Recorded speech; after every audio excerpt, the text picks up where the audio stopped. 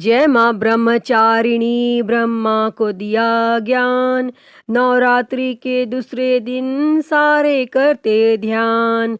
शिव को पाने के लिए किया है तप भारी, ओम नमः शिवाय जप कर शिव की बनी वो प्यारी। या देवी सर्वभूतेषु माँ ब्रह्मचारी रूपेण संस्थिता, नमस्तस्यै नमस्तस्यै नमस्तस्यै नमो नमः।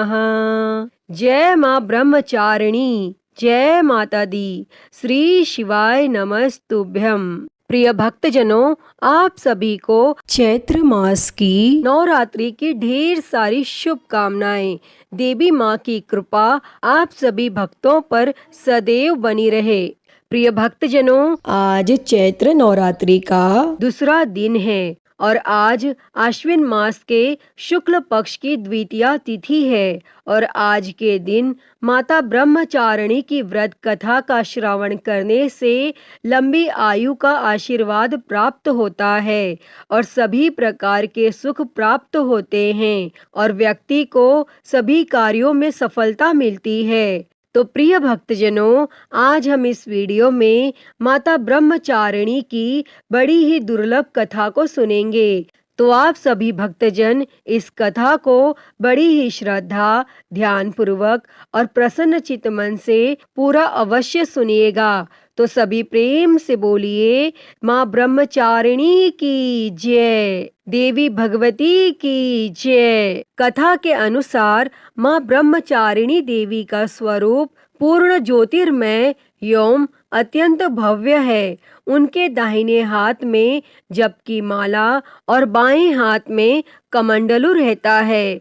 अपने पूर्व जन्म में जब यह हिमालय के घर पुत्री के रूप में उत्पन्न हुई थी, तब नारद जी के उपदेश से उन्होंने भगवान शंकर जी को पति के रूप में प्राप्त करने के लिए अत्यंत कठिन तपस्या की थी और इसी दुष्कल तपस्या के कारण इन्हें तपश्चारिणी अर्थात ब्रह्मचारिणी के नाम से अभिहित किया गया और 1000 वर्ष उन्होंने केवल फल मूल खाकर व्यतीत किए और 100 वर्षों तक केवल शाक पर निर्वाह किया था और कुछ दिनों तक कठिन उपवास रखते हुए देवी ने खुले आकाश के नीचे वर्षा और धूप के भयानक कष्ट सहे और इस कठिन तपस्या के बाद 3000 वर्षों तक केवल जमीन पर टूटकर गिरे हुए बेल पत्रों को खाकर वे भगवान शिव की आराधना करती रहीं।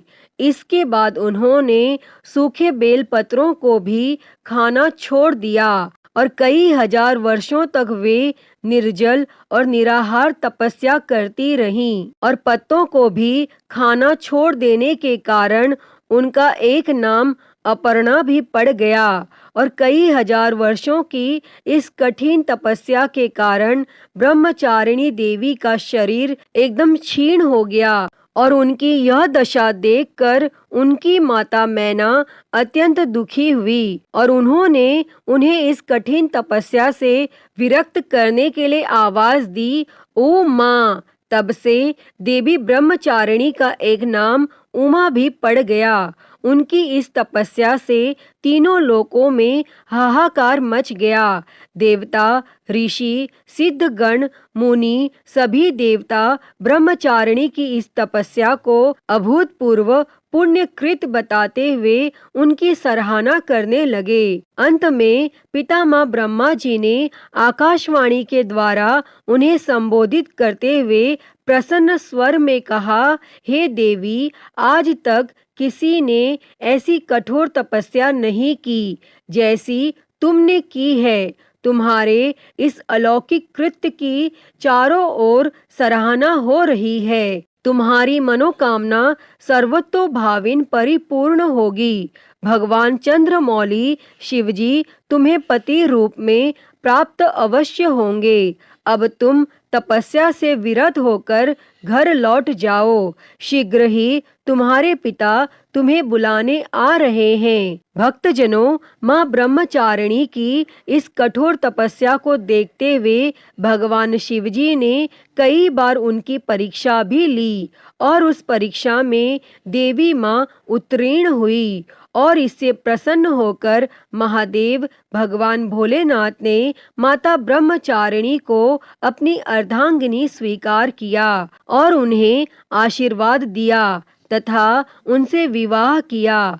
माँ दुर्गा का यह दूसरा स्वरूप भक्तों और सिद्धों को अत्यंत फल देने वाला है। उनकी उपासना से मनुष्य में तप, त्याग, वैराग्य, सदाचार और संयम जैसे गुणों की वृद्धि होती है। जीवन के कठिन संघर्षों में भी व्यक्ति अपने कर्तव्य से विचलित नहीं होता। माँ ब्रह्मचारिणी देवी की कृपा से उसे सर्वत्र सिद्धि और विजय की प्राप्ति होती है। लालसाओं से मुक्ति के लिए माँ ब्रह्मचारिणी का ध्यान लगाना बहुत ही श्रेष्ठ माना जाता है और दुर्गा पूजा के दूसरे दिन इन्हीं के स्वरूप की उपासना की जाती है और इसी दिन साधक का मन स्वाधिष्ठान चक्र में उपस्थित होता है। इस चक्र में अवस्थित चित्त वाला योगी ब्रह्मचारिणी जी की कृपा और भक्ति सहज ही प्राप्त कर लेता है। अतः हे माँ ब्रह्मचारिणी, इस कथा को कहते, सुनते और हुंकारा भरते सभी पर सदैव अपनी कृपा बनाए रखना। तो सभी प्रेम से बोलिए, माता ब्रह्मचारिणी की जय। जय हो माँ शारदा, जय माँ भवानी। प्रिय भक्तजनों, आइए अब सुनते हैं नवरात्रि व्रत की बड़ी ही दुर्लभ और पौराणिक कथा। तो सभी प्रेम से बोलिए, जय माँ दुर्गा, जय माता दी। एक समय बृहस्पति जी ब्रह्मा जी से बोले, हे ब्राह्मण श्रेष्ठ, चैत्र व आश्विन मास के शुक्ल पक्ष में नवरात्र का व्रत और उत्सव क्यों किया जाता है? इस व्रत का क्या फल है? इसे किस प्रकार करना उचित है? पहले इस व्रत को किसने किया, सो विस्तार से कहिए। तब बृहस्पति जी का ऐसा प्रश्न सुन ब्रह्मा जी ने कहा, हे बृहस्पति, प्राणियों के हित की इच्छा से तुमने बहुत अच्छा प्रश्न किया है। जो मनुष्य मनोरथ पूर्ण करने वाली दुर्गा, महादेव, सूर्य और नारायण का ध्यान करते हैं, वे मनुष्य धन्य हैं।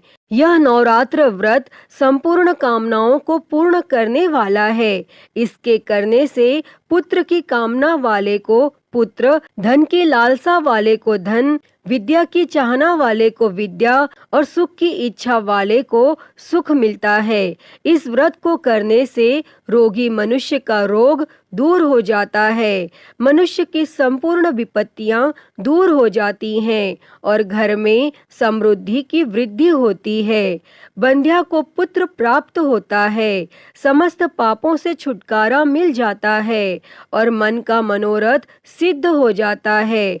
जो मनुष्य इस नवरात्र व्रत को नहीं करता, वह अनेक दुखों को भोगता है और कष्ट व रोग से पीड़ित हो, अंगहीनता को प्राप्त होता है, उसके संतान नहीं होती और वह धन धान्य से रहित हो भूख और प्यास से व्याकुल घूमता फिरता है तथा संज्ञाहीन हो जाता है। और जो सधवा स्त्री इस व्रत को नहीं करती, वह पति सुख से वंचित हो नाना दुखों को भोगती है। यदि व्रत करने वाला मनुष्य सारे दिन का उपवास न कर सके तो एक समय भोजन करें और 10 दिन बांधवों सहित नवरात्र व्रत की कथा का श्रवण करें। हे बृहस्पति, जिसने पहले इस महाव्रत को किया है, वह कथा मैं तुम्हें सुनाता हूँ। तुम सावधान होकर सुनो। और इस प्रकार ब्रह्मा जी का वचन सुनकर बृहस्पति जी बोले, हे ब्राह्मण, मनुष्यों का कल्याण करने वाले इस व्रत के इतिहास को मेरे लिए कहिए। मैं सावधान होकर सुन रहा हूँ। आपकी शरण में आए हुए मुझ पर कृपा करें। तब ब्रह्मा जी बोले, प्राचीन काल में मनोहर नगर में पिठत नाम का एक अनाथ ब्राह्मण रहता था। वह भगवती दुर्गा का भक्त था। उसके संपूर्ण सद्गुणों से युक्त सुमति नाम की एक अत्यंत सुंदरी कन्या उत्पन्न हुई। वह कन्या सुमति अपने पिता के घर बाल्यकाल में अपनी सहेलियों के साथ क्रीड़ा करती हुई इस प्रकार बढ़ने लगी जैसे शुक्ल पक्ष में चंद्रमा की कला बढ़ती है। उसका पिता प्रतिदिन जब दुर्गा की पूजा करके होम किया करता, वह उस समय नियम से वहां उपस्थित रहती। और एक दिन सुमति अपनी सखियों के साथ खेल में लग गई और भगवती के पूजन में उपस्थित नहीं हुई। तब उसके पिता को पुत्री की ऐसी असावधानी देखकर क्रोध आया और वह पुत्री से कहने लगा, अरे दुष्ट पुत्री, आज तूने भगवती का पूजन नहीं किया, इस कारण मैं किसी कुष्ठ रोगी या दरिद्र मनुष्य के साथ तेरा विवाह करूंगा। तब पिता के ऐसे वचन सुन सुमति को बड़ा दुख हुआ और पिता से कहने लगी, हे पिता, मैं आपकी कन्या हूँ तथा सब तरह आपके अधीन हूँ। जैसी आपकी इच्छा हो वैसा ही करो। राजा से, कुष्ठी से, दरिद्र से अथवा जिसके साथ चाहो मेरा विवाह कर दो, पर होगा वही जो मेरे भाग्य में लिखा है। मेरा तो अटल विश्वास है, जो जैसा कर्म करता है उसको कर्मों के अनुसार वैसा ही फल प्राप्त होता है। क्योंकि कर्म करना मनुष्य के अधीन है, पर फल देना ईश्वर के अधीन है। जैसे अग्नि में पड़ने से तृणादि उसको अधिक प्रदीप्त कर देते हैं, तब इस प्रकार कन्या के निर्भयता से कहे हुए ऐसे वचन सुन उस ब्राह्मण ने क्रोधित हो अपनी कन्या का विवाह एक कुष्ठी के साथ कर दिया और अत्यंत क्रोधित हो पुत्री से कहने लगा, हे पुत्री, अपने कर्म का फल भोगो। देखें भाग्य के भरोसे रहकर क्या करती हो। तब पिता के ऐसे कटु वचनों को सुन सुमति मन में विचार करने लगी, अहो, मेरा बड़ा दुर्भाग्य है जिससे मुझे ऐसा पति मिला। इस तरह अपने दुख का विचार करती हुई वह कन्या अपने पति के साथ वन में चली गई और डरावने कुशा युक्त उस निर्जन वन में उन्होंने वह रात बड़े कष्ट से व्यतीत की। उस गरीब बालिका की ऐसी दशा देख देवी भगवती ने पूर्व पुण्य के प्रभाव से प्रकट हो सुमति से कहा, हे दीन ब्राह्मणी, मैं तुझसे प्रसन्न हूँ। तुम जो चाहो सो वरदान मांग सकती हो। तब भगवती दुर्गा का यह वचन सुन ब्राह्मणी ने कहा, आप कौन हैं? वह सब मुझसे कहो। तब ब्राह्मणी का ऐसा वचन सुन देवी ने कहा कि मैं आदि शक्ति भगवती हूँ और मैं ही ब्रह्म विद्या व सरस्वती हूँ। प्रसन्न होने पर मैं प्राणियों का दुख दूर कर उनको सुख प्रदान करती हूँ।